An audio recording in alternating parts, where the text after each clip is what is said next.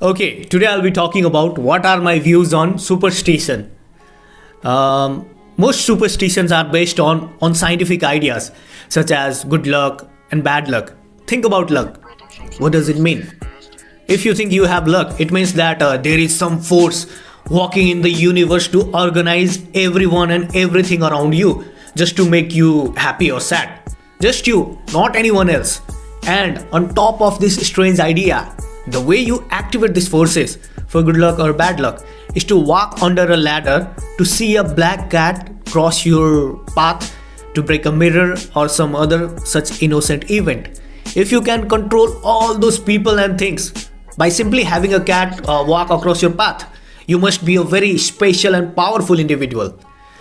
Another common superstition is that the stars have something to do with our personality or our destiny, based upon which constellation were visible from the northern hemisphere at the moment of our birth.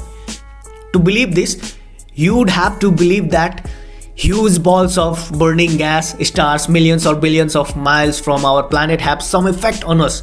You would also have to believe that the way they look from our location in the universe, the fact that they remind us of a connect the dots picture of a goat, a scorpion, a crab, or some fish, for example, is important enough, though from another vantage point they have no relationship to each other. We see them in 2 dimensions, but in reality they are scattered over 3 dimensions. Next, you would have to believe that the moment you exited your mother's body was significant, and only that moment. Nothing that happened to you in the womb and nothing that happened later as you grow had anything to do with your personality or your destiny. Those were determined at that precise moment at your birth. And if the doctor delivered your cesarean section, then the doctor determined your personality and your destiny. Finally, you would have to believe that everyone else born on the same day, at the same time, or even in the same month has a similar personality or destiny. See, it's very simple. If you don't know the truth, then whatever somebody says you, that becomes the truth for you. For example, if you don't have idea how does a pen look like, and I ask you to bring a pen from my room, then everything around the room can be a pen for you.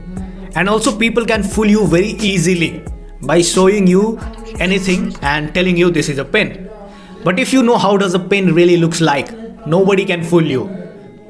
Superstition has become a very big business today. I call it the business of fear. The more you fear, the more this business will grow. And the people who believe in superstition have usually not taken the time to examine their beliefs and put them to the test of critical thinking. If they do, then I think they usually give up their superstition.